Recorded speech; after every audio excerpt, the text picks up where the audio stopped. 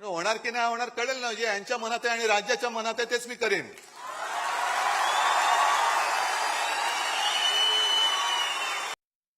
हिंदुत्व आणि मराठी माणसाशी विश्वासघात केल्यामुळे आपण पाहताय किती आगतिक झालेत, किती उतावेळ झालेत, किती लाचार झालेत. युती करता का माझ्याशी, युती करता का माझ्याशी.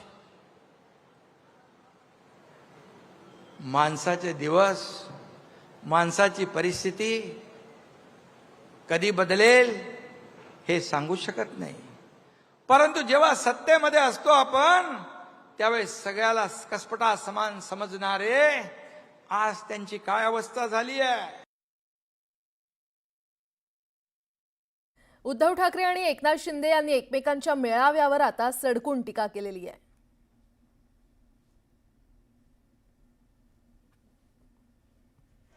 विचार पैसे फेकून जमवलेली माणसं नाहीयेत. विचार अंगामध्ये भिनवून कट्टर हिंदुत्वनिष्ठ महाराष्ट्र धर्म पाळणारे शिवसैनिक आहेत. ठीक आहे, आजच्या सुद्धा आपल्या वर्धापन दिनावरती भाजपची काही पाळलेली बेडकं ही डराडोरा करतील. आज दुसराही कुठेतरी एक मेळावा सुरू आहे. पण मी तुम्हाला सांगतो, इथं हा मेळावा बाळासाहेबांच्या विचारांचा आहे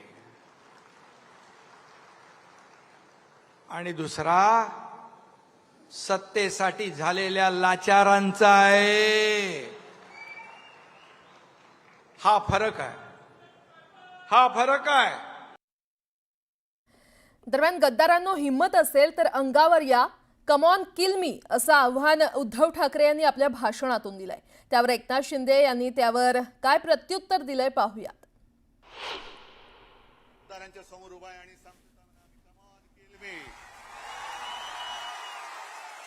असेल हिम्मत तर या अंगावर. फक्त अंगावर येणार असाल तर एक गोष्ट नक्की करा.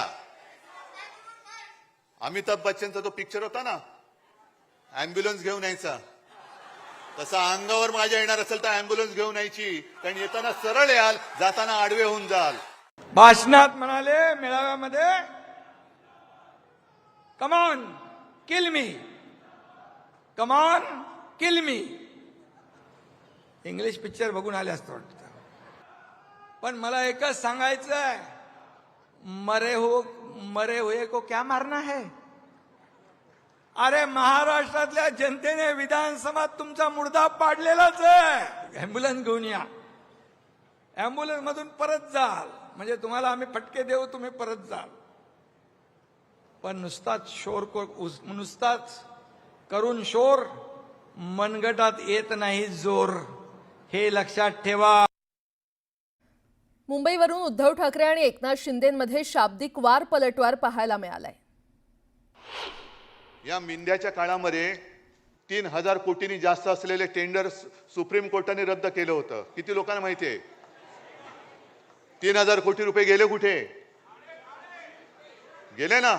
अदानीला सगळं फुकट देऊन टाकतायत, पिलतायत सामान्य माणसाला, आणि पुन्हा आपल्या आपल्यात लढाई करून अदानी मोकाट सुटलाय. ही लढाई केवळ उद्धव ठाकरेची नाहीये, शिवसेनेची नाहीये. ही 1960 साली ज्या मराठी माणसांनी बलिदान देऊन रक्त सांडून ही मुंबई आपल्याला मिळवून दिली, त्या रक्ताची शपथ घेऊन ही मुंबई आम्ही आमच्यापासून तोडू देणार नाही, मुंबईचं महत्त्व खतम करू देणार नाही. म्हणून जर आपण उभे राहिलो तरी मुंबई वाचेल. काही लोकांना निवडणुका आल्यावर जनतेची, कार्यकर्त्यांची आठवण येते. एरवी त्यांचं काय असतं, हम दो हमारे दो एवढंच असतं. पण आपलं नाही आहे. आपलं अख्खा महाराष्ट्र आपला आहे, महाराष्ट्रातली जनता आपली आहे. आणि म्हणून आता निवडणुकांचं वारं फिरायला लागल्यावर यांना हिंदुत्व आठवतंय, यांना मराठी माणूस आठवतोय. परंतु ज्यांनी विश्वासघात केला, ज्याने लाचारी केली, ज्याने मतदारांची बेईमानी केली, ते मतदार तुम्हाला या निवडणुकीत सुद्धा वाऱ्यालाही फिरकू देणार नाहीत. तुम्हाला तुमची जागा दाखवल्याशिवाय राहणार नाहीत. आता आहे ना मराठी माणूस आठवेल. आता मराठी माणूस आठवेल. मराठी माणसाच्या नावाने खोटे गळे काढतील.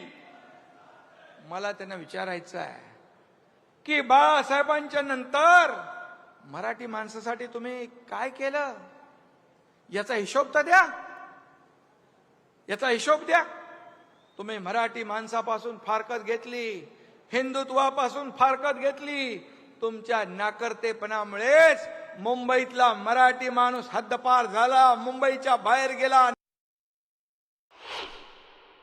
तसा जर का आपण गांभीर्याने विचार केला तर आज आपल्या देशाला पंतप्रधानांची गरज आहे.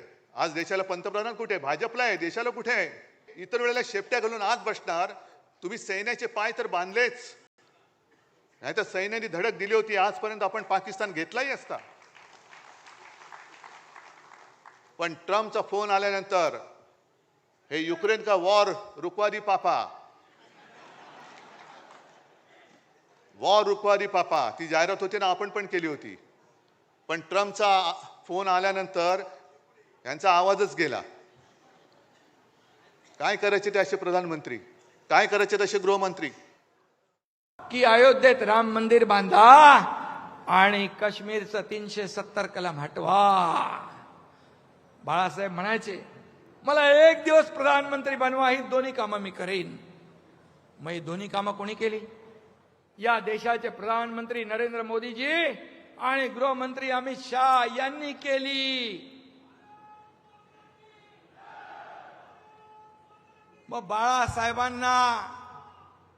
बाळासाहेबांचं स्वप्न साकार करणाऱ्यांना शिव्या आणि बाळासाहेबांनी ज्या काँग्रेसला कायम दूर ठेवलं त्यांच्या नावाने तुम्ही गाणार ओव्या.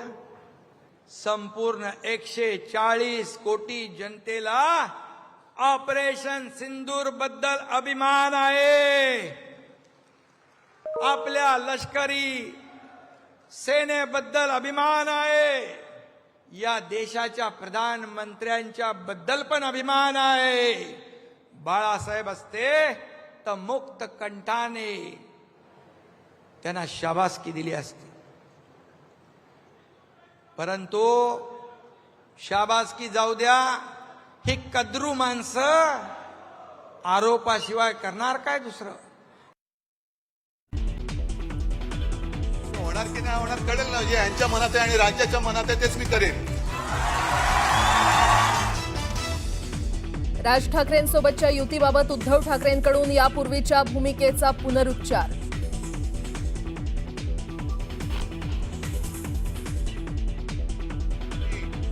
शिवसेना प्रमुखांचा ब्रँड पुसून टाकाल तर तुमचं नामो निशाण आम्ही महाराष्ट्राच्या धर्तीवरून पुसून टाकल्याशिवाय राहणार नाही.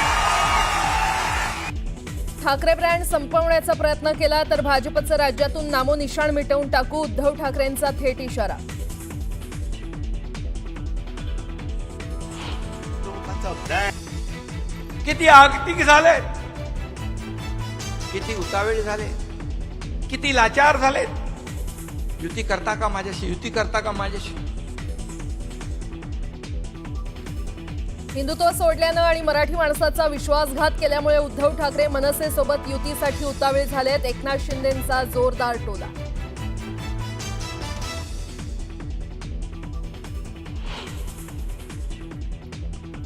मला एकच सांगायचंय, मरे हुए को क्या मारना है? अरे महाराष्ट्रातल्या जनतेने विधानसभेत तुमचा मुर्दा पाडलेलाच आहे. उद्धव ठाकरेंनी दिलेल्या आव्हानावर एकनाथ शिंदेंचा जोरदार पलटवार.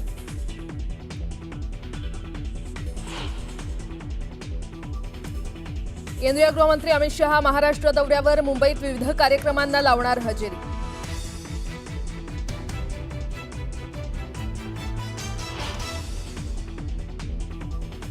ठाकरेंच्या शिवसेनेच्या खासदार, आमदार आणि प्रमुख पदाधिकाऱ्यांची आज महत्त्वाची बैठक. पालिका निवडणुकीच्या पार्श्वभूमीवर रणनीती ठरवण्याची शक्यता.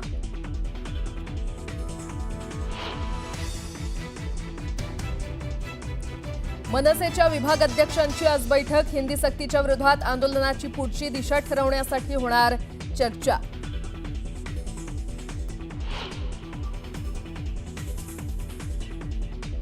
पुण्याच्या खडकवासला धरणातून 15,000 क्युसेक विसर्ग. चारही धरणांमध्ये मिळून 8.68 टीएमसी पाणीसाठा.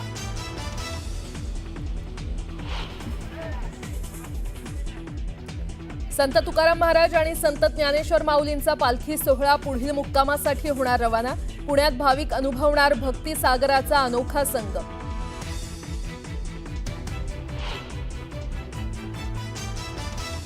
आणि भारत आणि इंग्लंड दरम्यानच्या कसोटी मालिकेला आजपासून होणार सुरुवात. कर्णधार गिलची लागणार कसोटी.